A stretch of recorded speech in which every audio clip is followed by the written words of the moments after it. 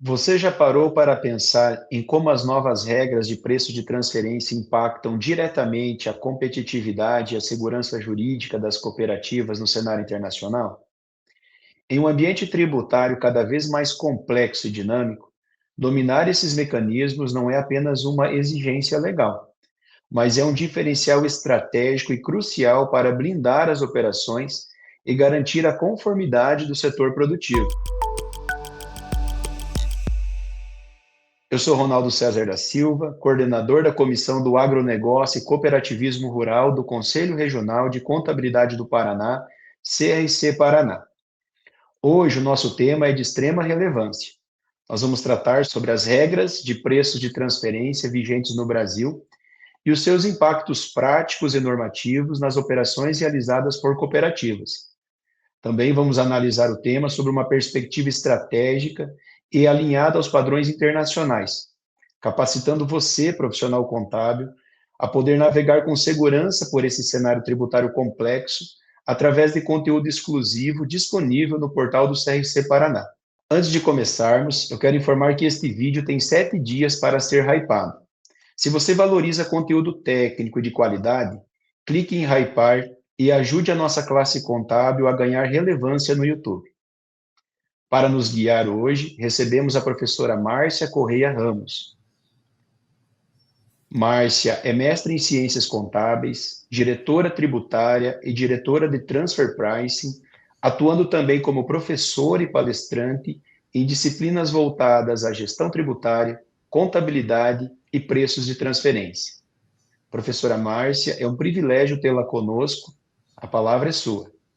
Bom dia a todos, né? Sejam todos bem-vindos. Gostaria de agradecer a oportunidade de estar aqui com vocês para falarmos de um tema tão complexo e tão importante na visão tributária das empresas em geral, né? Aqui com a ênfase para as cooperativas, né? O que nós teremos hoje, né, nesse tempo que nos reserva para falar de um tema tão importante, né? Na primeira parte falaremos de uma visão geral do que é preço de transferência e qual é a aplicabilidade para as empresas brasileiras, quais são as principais etapas, né, de análise de preço de transferência e, como não poderia faltar, mais para o final da nossa palestra, falaremos aí dos impactos específicos nas atividades das cooperativas e os principais cuidados que as empresas precisam ter para estarem em compliance com o fisco. Para a gente iniciar, né, o nosso evento, precisamos falar do conceito. O que seria um preço de transferência? Né? Por que existe essa terminologia no Brasil e, atualmente, aí, quais regras adequadas à chamada OCDE? Né?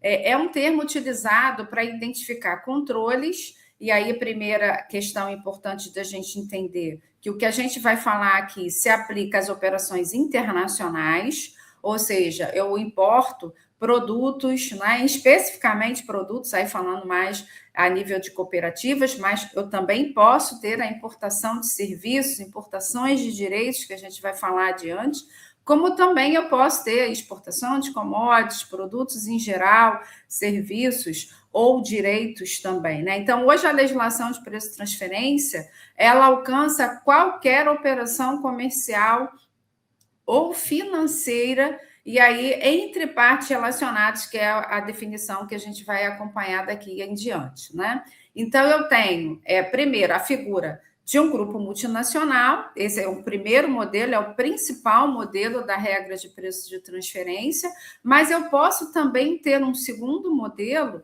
onde a empresa não necessariamente ela participa de um grupo multinacional, mas ela realiza transações com aqueles países que são definidos pela legislação tributária de baixa tributação, muito conhecidos como paraísos fiscais, né? Nós temos aí, nesse contexto, países até bem conhecidos na nossa economia, como Hong Kong, como Panamá, Países Baixos, aí notadamente a Holanda, né? Que são transações típicas de muitas empresas, mas que, mesmo não sendo enquadrado em um grupo multinacional, eu também tenho a figura de preço de transferência. Muito bem, o que aconteceu ao longo dos anos? Né? Nós tivemos aí, desde 2017, um grande movimento de adequação às regras de preço de transferência internacionais, até que, finalmente, em 2022, né, passados aí 5 anos, houve a medida provisória 1152, convertida em 2023 na Lei 14.596, né? E, na sequência, a Instrução Normativa 2161 de 2023. Então, para todos aqui presentes que queiram estudar sobre preços de transferência, aí eu tenho como fonte de informação a Lei 14.596 e a Instrução da Receita Federal do Brasil 2161 de 23. 2023 foi um ano inicial que foi possível as empresas optarem pelo novo modelo, se assim elas achassem que traria uma economia tributária, e a partir de 2024, esse novo modelo passou a ser obrigatório para todas as empresas. Tá? Quais foram os principais objetivos dessa nova legislação? Né? O Brasil, efetivamente, ele tem o interesse em sentar na cadeira da OCDE, fazer parte dos países da OCDE, já adota, né, muitas políticas, muitos comandos provenientes da OCDE. E o principal objetivo dessa nova legislação é, além de evitar a dupla tributação entre esses dois países, né, também evitar que não seja tributada aquela operação, nem no país de origem, nem no país de destino. Né? Então, também evitar a dupla não tributação.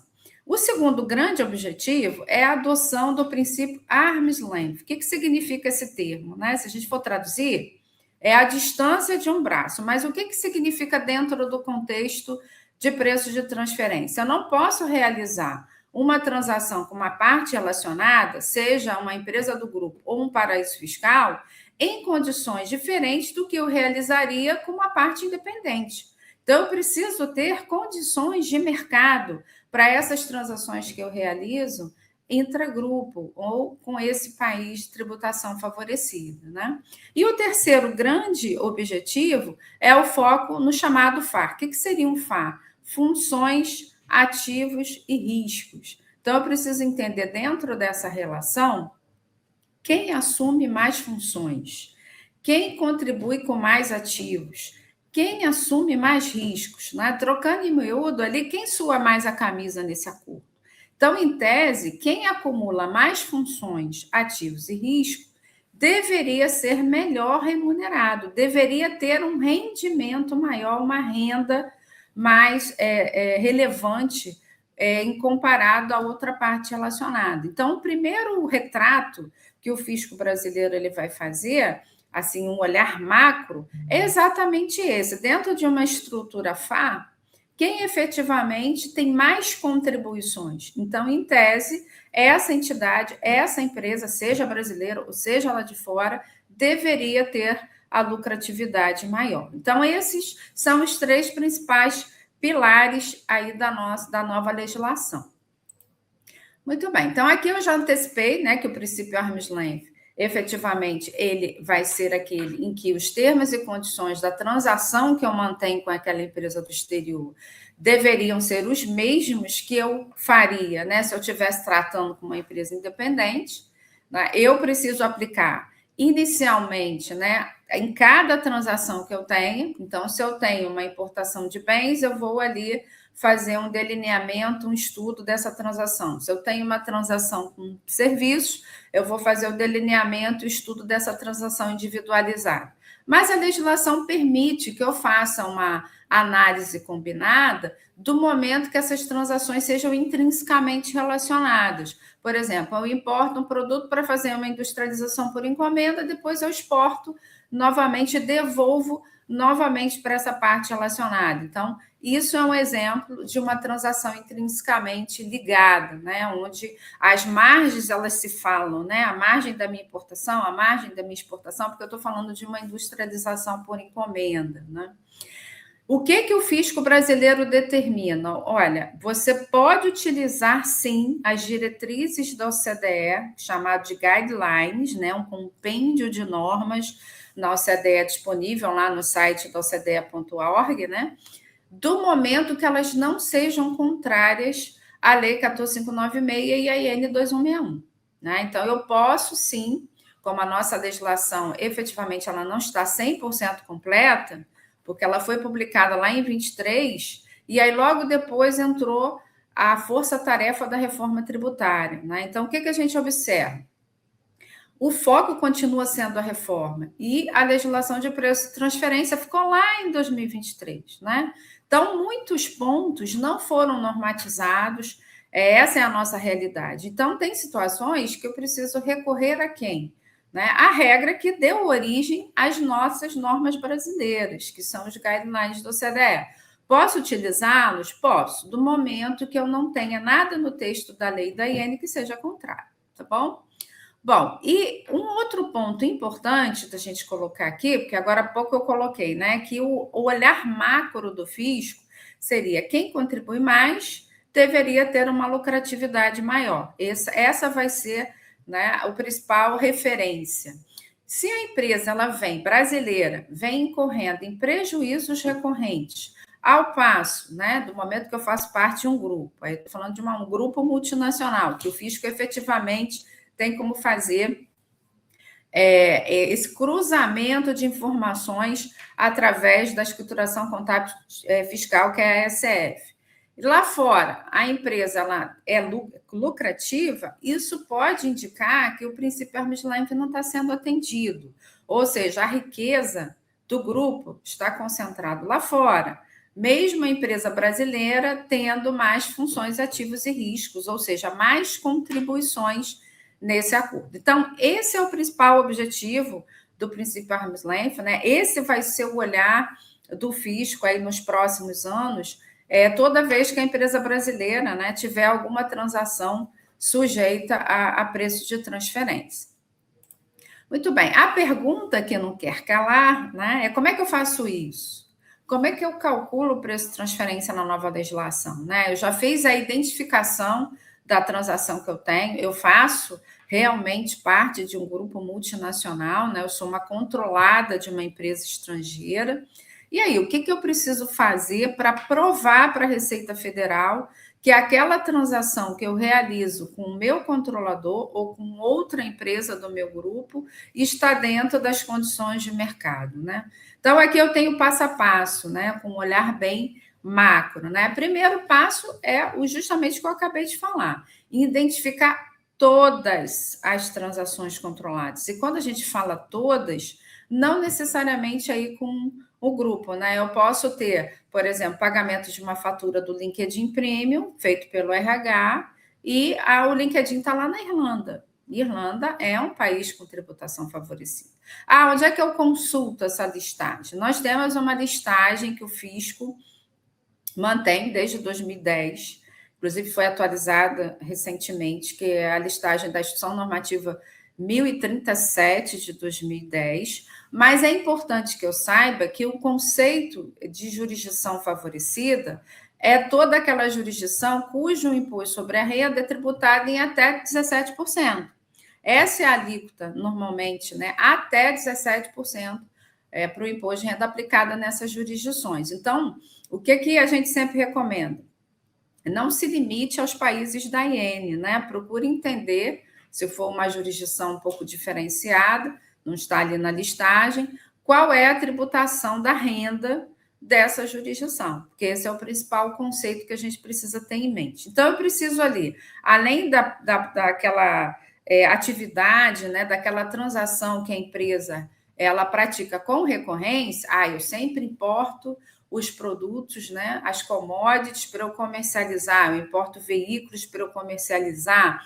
Eu preciso também olhar as demais transações que eu pratico, mesmo que eventualmente, né? Seja através de uma fatura de cartão de crédito, se eu estou pagando um não residente, eu já preciso ali ter um red flag, né, uma luzinha vermelha. Deixa eu ver qual é o país que eu estou realizando esse pagamento dessa licença de software, desse Office 65, desse espaço virtual, como é o caso do LinkedIn, Zoom e outras plataformas que a gente sabe que são todas internacionais, né? Então, esse é o primeiro passo. Identifiquei todas as transações controladas, seja de importação ou de importação, eu vou delinear essa transação. E aí, o que significa delinear? Eu vou ler contrato, eu vou ler os termos, direitos e obrigações de cada um, para justamente eu entender qual é o papel da entidade brasileira dentro desse acordo. ela que assume mais riscos, ela assume uma eventual garantia da venda desses produtos no Brasil, o produto chega aqui, dá problema, dá defeito. Quem vai reembolsar o cliente? É a empresa brasileira ou a empresa lá de fora? Né? Então, riscos. Ela efetivamente aplica algum ativo nessa transação controlada, ou os ativos são provenientes do exterior?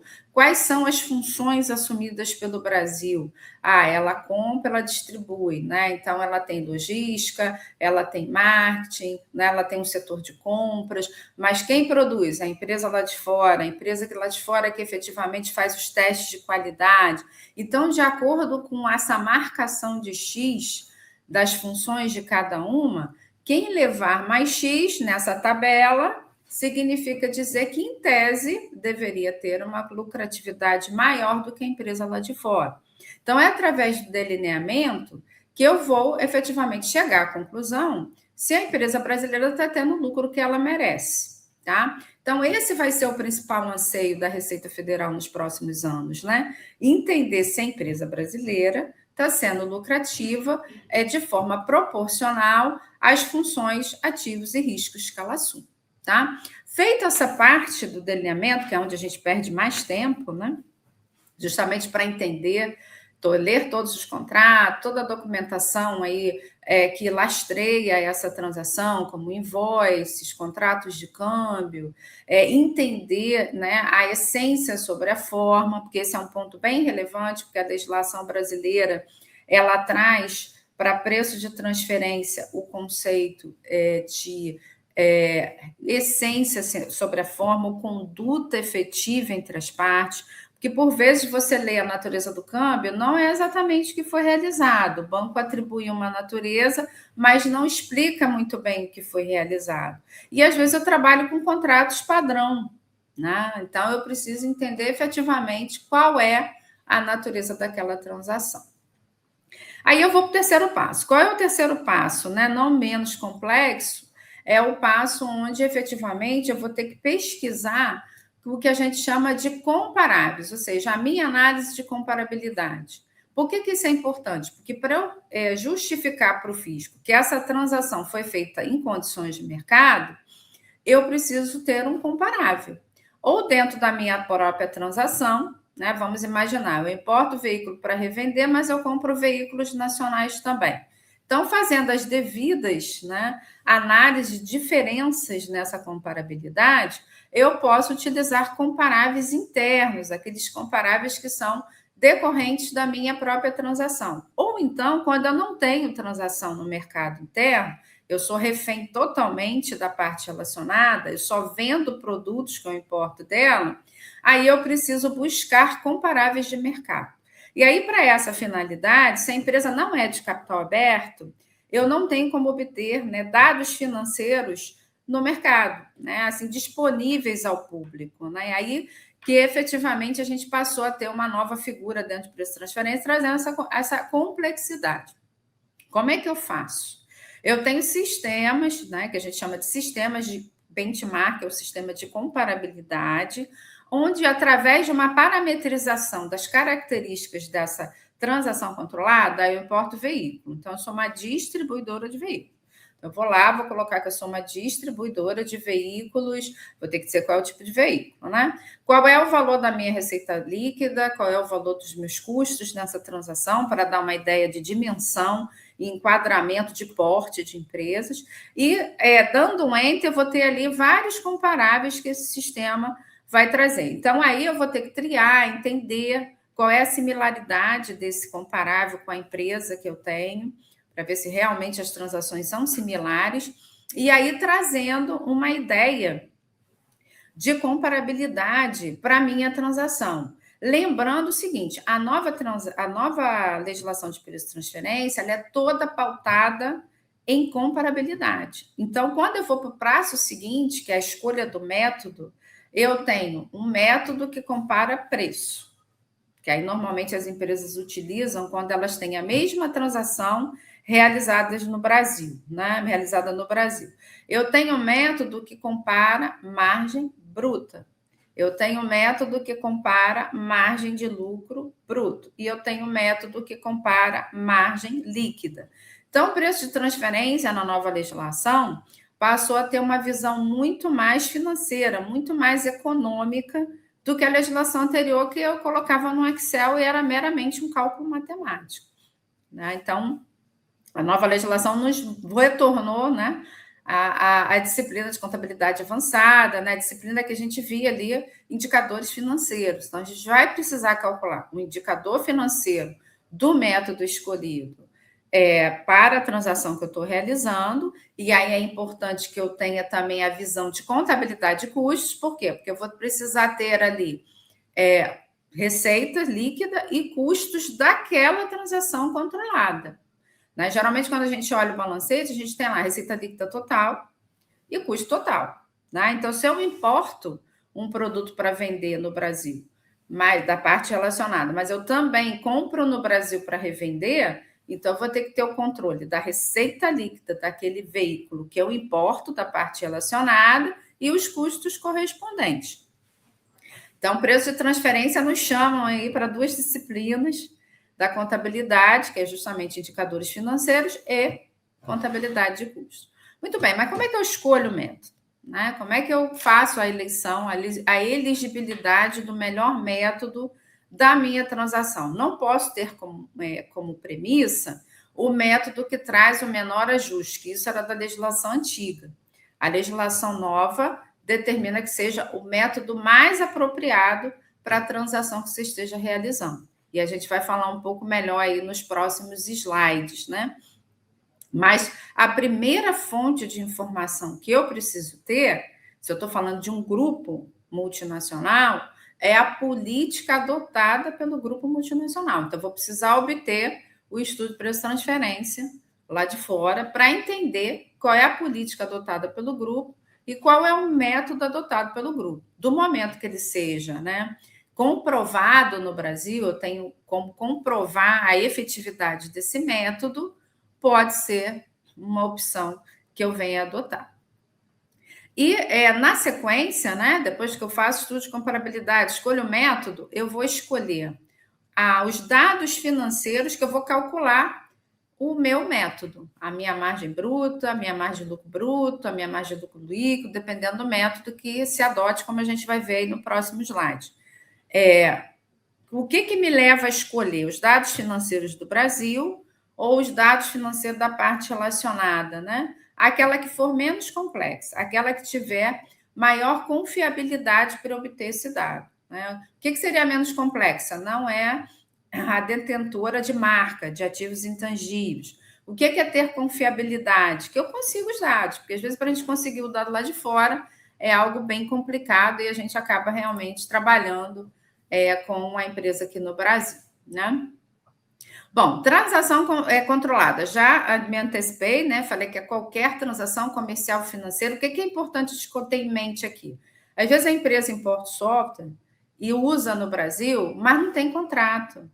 Então, o fato de eu não ter contrato, o fato de eu alinhar com a parte relacionada que eu não vou fazer um pagamento lá para o exterior, não me impede de eu ter que fazer essa análise de preço de transferência, né? Inclusive, a gente precisa até olhar com muita atenção uma prática proibida no Brasil, que é a compensação privada de crédito sem anuência do Banco Central, né? Que é justamente, olha, você faz o seguinte, eu vou importar esse serviço, vou importar esse direito, não te pago nada, vou te exportar, vou fazer uma exportação para você, depois a gente faz uma compensação desses valores e você me paga a diferença.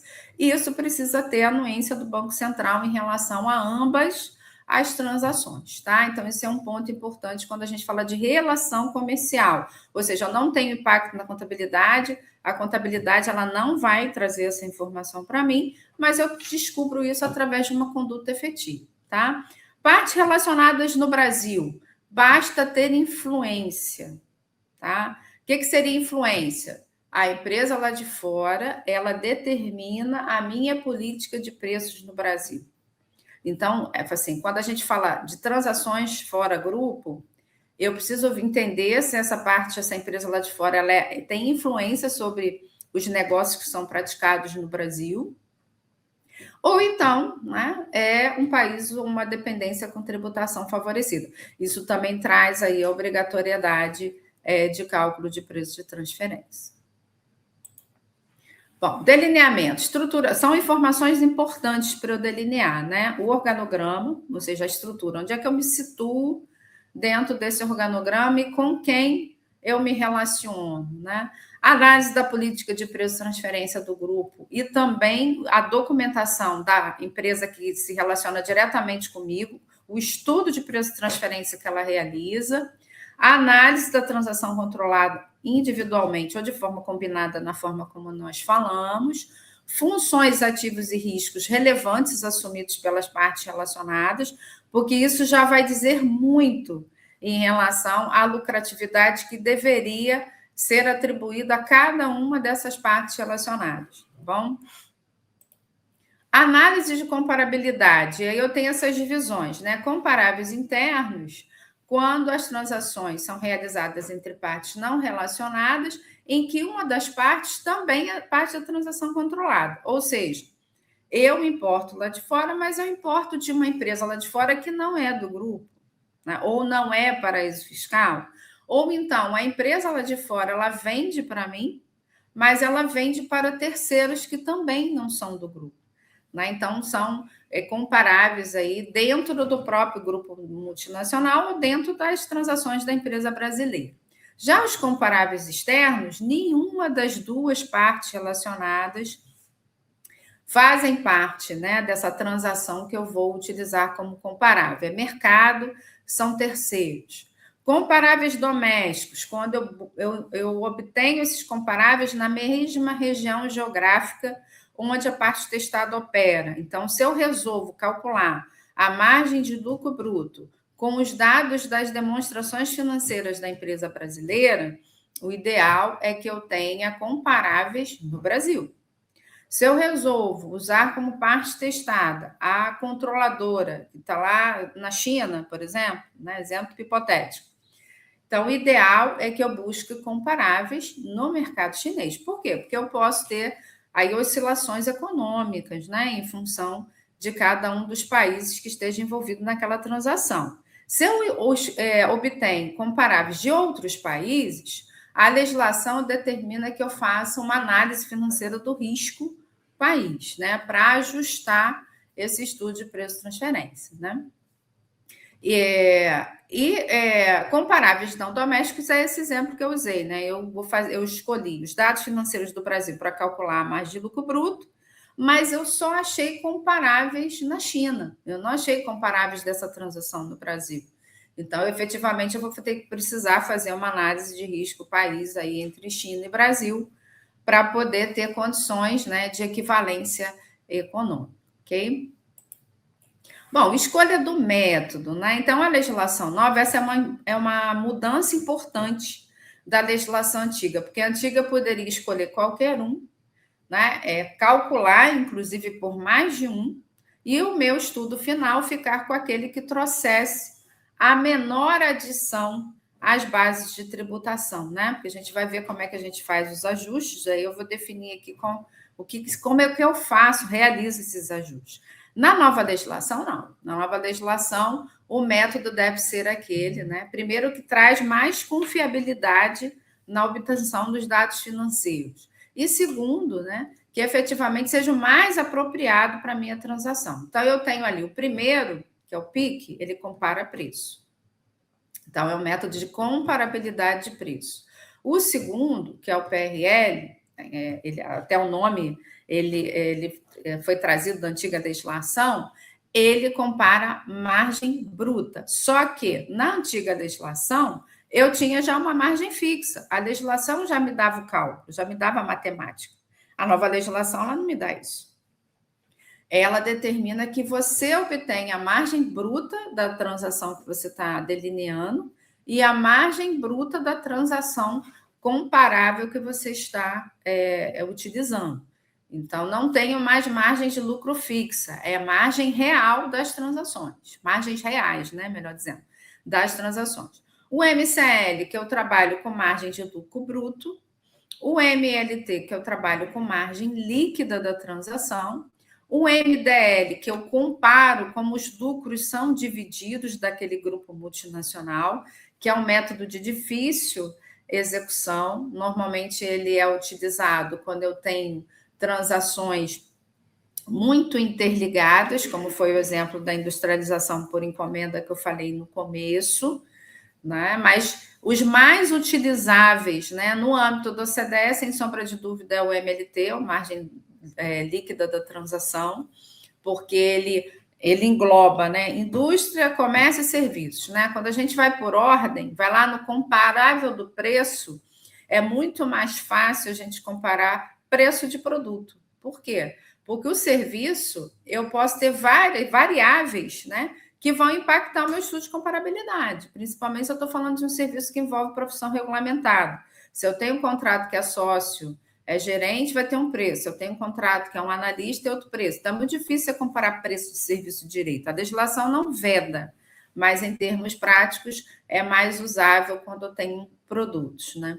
O PRL, normalmente a legislação direciona para a atividade de distribuição, né, de produtos, a usabilidade, né?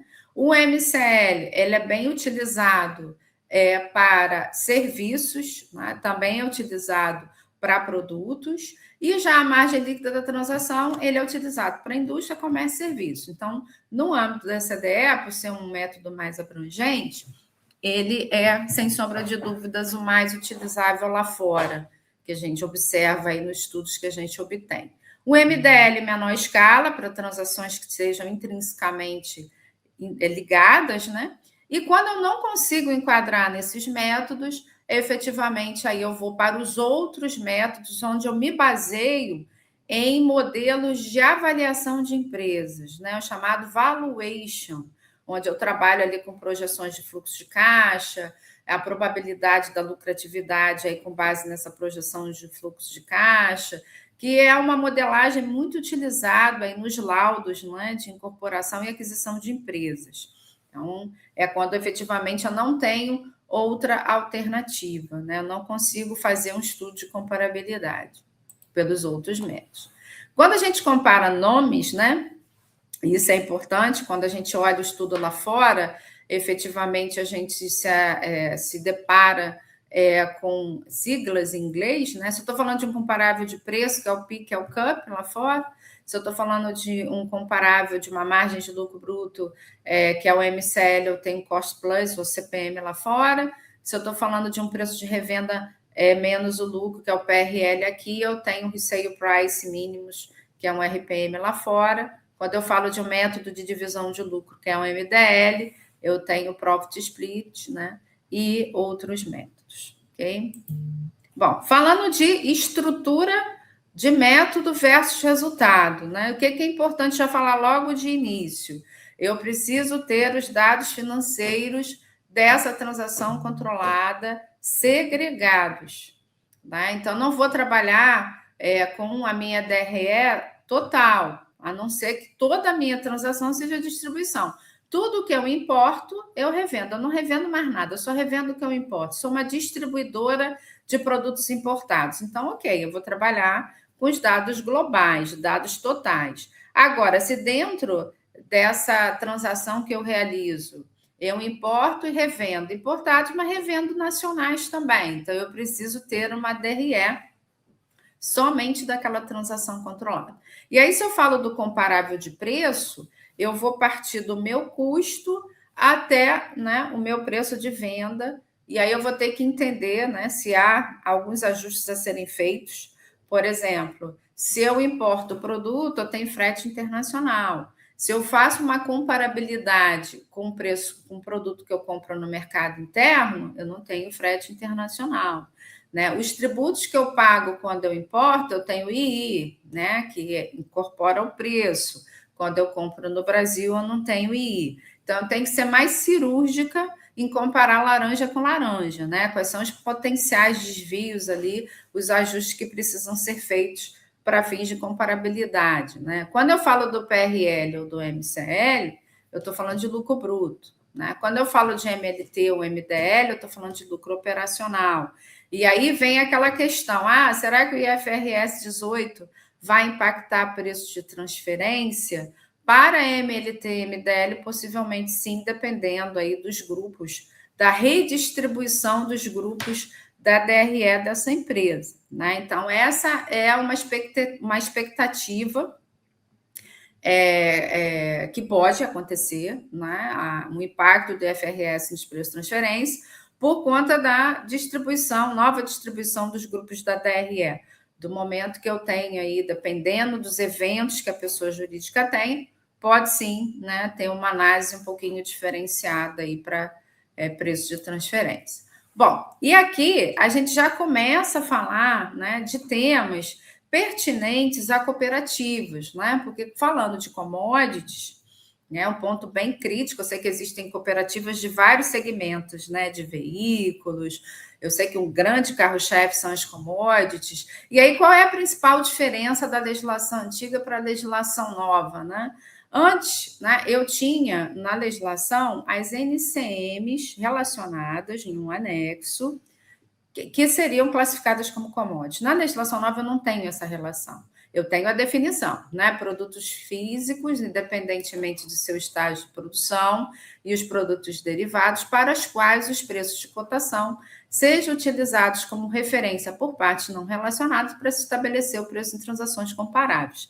Então, na antiga legislação, a minha referência era sempre uma cotação, né? Cotação em bolsa, e aí eu podia utilizar, né, a B3, antiga BMF, que é a Bolsa Brasileira, ou eu também podia utilizar para fins de comparabilidade uma bolsa relacionada lá na IN do país de origem, né? A legislação nova, ela traz condições semelhantes, abrindo um pouco mais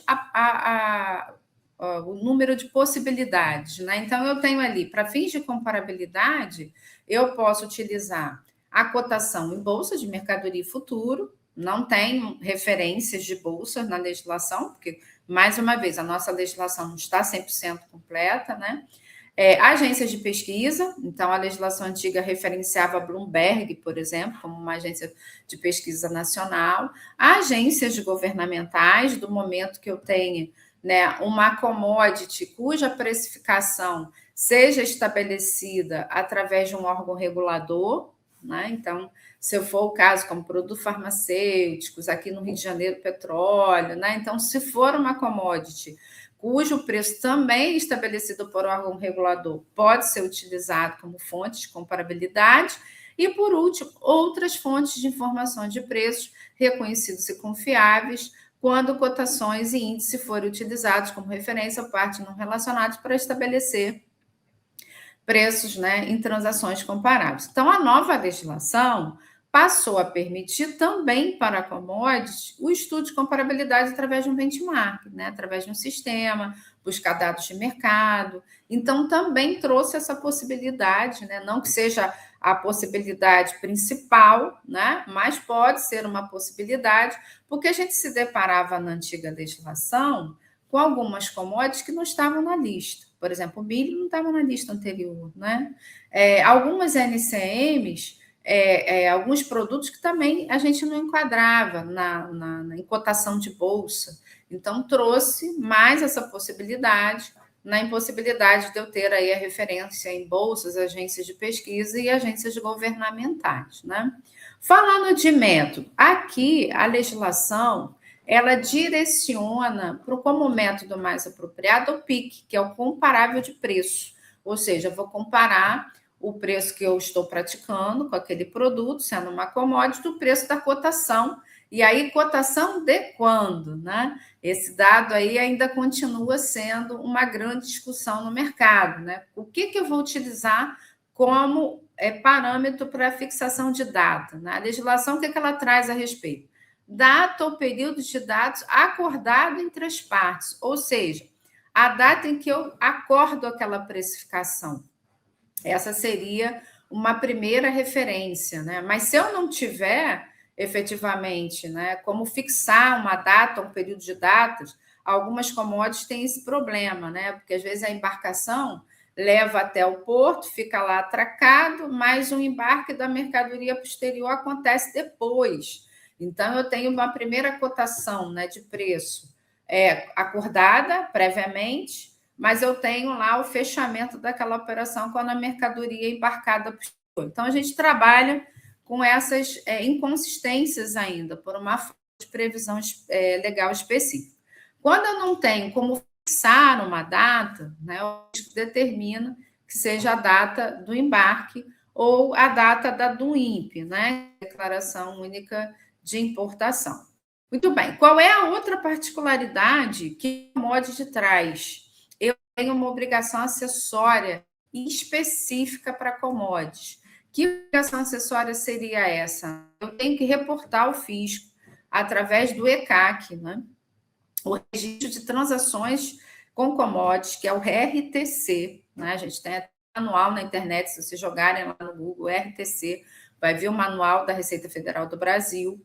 Eu tenho que reportar mensalmente até o 10º dia subsequente ao decêndio em que ocorreu a celebração do contrato. Então, eu tenho, isso é um ponto bem relevante, né, porque o RTC ele surgiu quase no final de 2024, válido a partir de 2025, janeiro de 2025. Então, se a empresa ela não se atentou que dentre os produtos que ela importa ou que ela exporta, eu tenho um produto que possua a característica de commodities, eu estou deixando de entregar a obrigação acessória. Além de deixar de calcular preço de transferência, eu estou deixando de entregar uma obrigação acessória, que é mais gravoso, porque o preço de transferência, eu ainda tenho, assim, a fiscalização, normalmente, ela demora um pouquinho a bater na porta. Então, é importante, eu não posso deixar de passar o prazo da ECF. Por quê? Na ECF, eu declaro o cálculo de preço de transferência. Então, é muito importante que o ideal é que eu tenha, né, ali os times, né? Qual é o meu time? O cálculo para submeter as bases de tributação de RPJ é dezembro. Encerrei o meu ano calendário, início de janeiro, eu já tenho que processar esse cálculo, que se eu tiver, porventura, um ajuste de preço de transferência, e ele for uma adição ao lucro real e à base de cálculo da CS, ou uma adição ao lucro presumido se eu for uma exportação, eu preciso fazer até o pagamento do imposto no final de janeiro. Né? Então, tem muita empresa que só lembra de preço de transferência para preencher a CF, mas o certo é um passo anterior. E eu até diria que, preventivamente, o ideal é que a empresa começasse o cálculo de preço de transferência ao longo do ano calendário, com prévias. Para quê? Para quando ele chegar lá em dezembro, ele ter condições de mitigar, ou seja, eliminar aquele ajuste de preço de transferência. Tá? Então, esse time é muito importante. Só que commodities, além desse time, tem o time do RTC. Então, se eu não perceber que eu tenho uma commodity no conjunto dos produtos que eu tenho, de transações sujeitas a preço de transferência, eu já vou estar incorrendo aí em multa por atraso de entrega de obrigação acessória. Muito bem, como é que eu realizo esses ajustes, né? Verifiquei que, comparada à minha margem de lucro bruto, margem bruta ou margem de lucro líquida, né? O meu percentual fica fora do intervalo que a legislação determina, né? Na verdade, tem uma outra disciplina que a gente aplica aqui no estudo de preço de transferência, que é a estatística. Por quê? Que eu trabalho com uma mediana, ou seja, a margem de lucro líquida média daquelas empresas que eu pesquisei nos últimos 3 anos. Aí eu tenho um intervalo acima, que é o intervalo interquartil superior, que equivale a 75% desses percentuais, e o inferior, que equivale a 25% desses percentuais aí dos comparados. Se eu fiquei dentro desse intervalo, das margens que eu obtive dos comparáveis, estatisticamente falando, eu não tenho ajuste para transferência. Mas se eu fiquei acima dos 75% ou abaixo dos 25% da média dessas margens identificadas, eu vou ter ajuste para transferência. Sempre que esse ajuste para transferência significar um excesso de custo no Brasil na importação ou uma insuficiência de receita na exportação, eu já tenho ali, primordialmente, um ajuste espontâneo, que seria uma adição às bases fiscais. tem a opção de fazer esse ajuste através da atualização do valor da transação?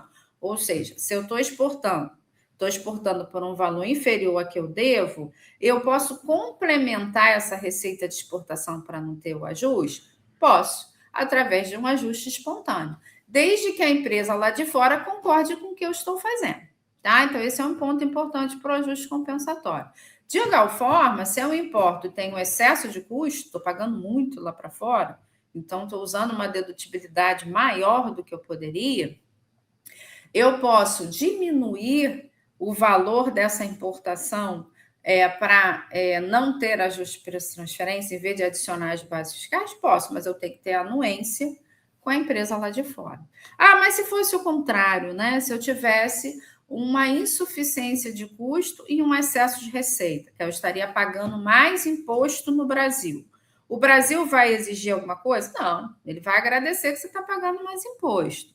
Mas a gente precisa pensar que preço de transferência é grupo. Se eu estou tendo mais receita no Brasil, a empresa lá de fora está fazendo uma dedutibilidade maior. Né? Se eu tenho custo menor no Brasil na importação, a empresa lá de fora está reconhecendo receita menor. E aí eu também posso fazer o ajuste compensatório. Tá? E o ajuste primário, que é o terceiro, né, tipo de ajuste, é aquele que eu faço, é feito pelo fisco. Bateu na porta, não fez estudo de preço de transferência. Então, o fisco que efetivamente ali vai te dar um prazo ou não, né, dependendo do fiscal, para apresentar o estudo e aí arbitrar o ajuste de preço de transferência. Agora, tem uma observação importante. O ajuste compensatório, ele só vale quando eu faço parte do grupo multinacional. Se o meu caso é a fatura do LinkedIn para a Irlanda, eu sou uma empresa 100% brasileira, mas paguei lá no meu cartão de crédito a licença do LinkedIn para a Irlanda, a licença do Office 365 para Bahamas, a Microsoft lá em Bahamas, aí não tem ajuste compensatório. A única possibilidade é se houver a figura do ajuste espontâneo, ok? Bom, obrigações acessórias, né? Na ECF, que a gente vai fazer a submissão agora em julho, quem me dedura quando eu faço parte aí do grupo multinacional? O bloco W, que é o bloco de declaração país a país, ali vai trazer informações, o Brasil faz um intercâmbio dessas informações com os outros países e vai descobrir que a empresa brasileira faz parte do grupo multinacional. Registro X360, X375 para todos os casos sujeitos a preço de transferência, né? Independentemente de ser grupo multinacional, paraíso fiscal, eu preciso fazer a submissão desse cálculo nesses registros, ok? E aí a nova legislação trouxe novas obrigações acessórias, né? A figura do arquivo global, que deve ser feito pelo controlador final do grupo, então só vai ser feito pela entidade brasileira se ela for a controladora aqui no Brasil, onde eu vou ali fazer um retrato do meu grupo. O que cada entidade faz, como ocorrem essas transações, qual é o método de preço de transferência adotado pelo grupo, né? Trazer a política de preço de transferência nesse arquivo global. Já o arquivo local, ele é feito por todas as entidades sujeitas a preço de transferência, dependendo do valor dessas transações controladas, como a gente vai ver aqui no próximo slide, né? E aí, do momento que a empresa esteja enquadrada nesse valor mínimo de transações controladas, eu vou ter um processo eletrônico anual, através do ECAC, de envio do arquivo global feito pela empresa lá de fora e o arquivo local feito pela empresa brasileira, né? Que para esse ano, em relação ao ano calendário 2025, a submissão, né? Ou seja, esse processo eletrônico deve ser realizado até o último dia do mês de outubro, que é o terceiro mês subsequente à entrega da ECF, ok? Bom, quando eu estou ou não obrigado ao arquivo local, a submissão, né? Agora, um ponto importante: o fato de eu estar desobrigada desse processo eletrônico não elimina a obrigatoriedade de eu manter um estudo que dê suporte aos dados do DSF que eu reportei. Então, minimamente, eu vou ter que ter um estudo identificando a transação controlada, delineando a transação controlada, fazendo análise de comparabilidade, a escolha do método, parte testada e valor do ajuste. pode ser um PowerPoint, pode ser um Word, eu só não vou precisar seguir o rigor, a estrutura de um arquivo local, mas eu preciso ter o estudo. Agora, se essas transações controladas no ano calendário anterior ao ano que eu estiver calculando o preço de transferência for, né, menor que 15 milhões de reais, eu não preciso fazer submissão de local file ou arquivo local.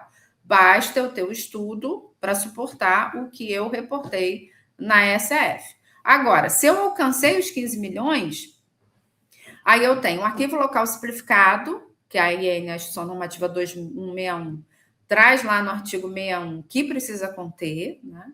E se eu estou, né, com transações controladas em valor superior a 500 milhões de reais, aí eu tenho o arquivo local completo, onde eu tenho requerimentos aí mais extensos lá no artigo 59 da IN 2161. Inclusive, na SF, você vai precisar informar isso, né? Arquivo local simplificado, arquivo local completo. Então, tudo vai depender do total das transações controladas que você teve no ano calendário anterior. Exemplo, você está fazendo a SF 2026, ano calendário 2025. Para eu saber se a empresa ela está obrigada ou não a fazer o processo eletrônico de arquivo local, eu vou totalizar as transações controladas em 2024. Então, se alcançou 15 milhões, eu vou enquadrar simplificado ou completo, né? Ficou entre 15 e 500, é o simplificado, ou menor que 500 é simplificado. Se alcançou 500 milhões, é o modelo completo. Ah, não, eu não alcancei 15 milhões, então eu não preciso, vou ter que informar isso na SF, lá no X360, e basta manter um estudo para suportar os dados que eu vou informar na minha SF, ok? Bom, e aí falando de demais impactos para cooperativas, né? A gente já falou aqui de um impacto muito relevante, que é a questão das commodities, né? Eu sei que existem outros segmentos de atividades aí que podem ser impactados, né? Mas a gente sabe que a nossa economia tem uma representatividade relativa em relação às commodities, à exportação de commodities. Então, controle das operações cross-border, né? A legislação exige que transações internacionais sejam precificadas como se ocorressem empresas independentes, ou seja, eu tenho que mapear todas essas transações internacionais, reflexos nos atos cooperados, cooperativas com filiais ou operações no exterior precisam avaliar como os ajustes de preço de transferência afetam os resultados repassados ou sobra distribuídos aos associados, porque do momento que eu deveria ter uma transação com valor diferenciado, eu deveria ter um custo maior no Brasil ou menor no Brasil, isso vai impactar, né, toda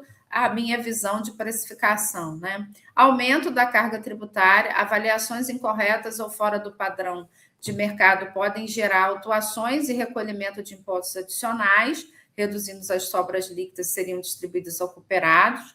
Então, como o preço de transferência passou a ser um estudo econômico, eu preciso ver os desdobramentos e os principais impactos, né? E trazendo uma visão também, como não poderia faltar, né? Na reforma tributária, o artigo 214, artigo 5º, trouxe a figura de preço de transferência interno, ou seja, eu não faço transações internacionais, eu faço transações intragrupo, tem um grupo de empresas no Brasil.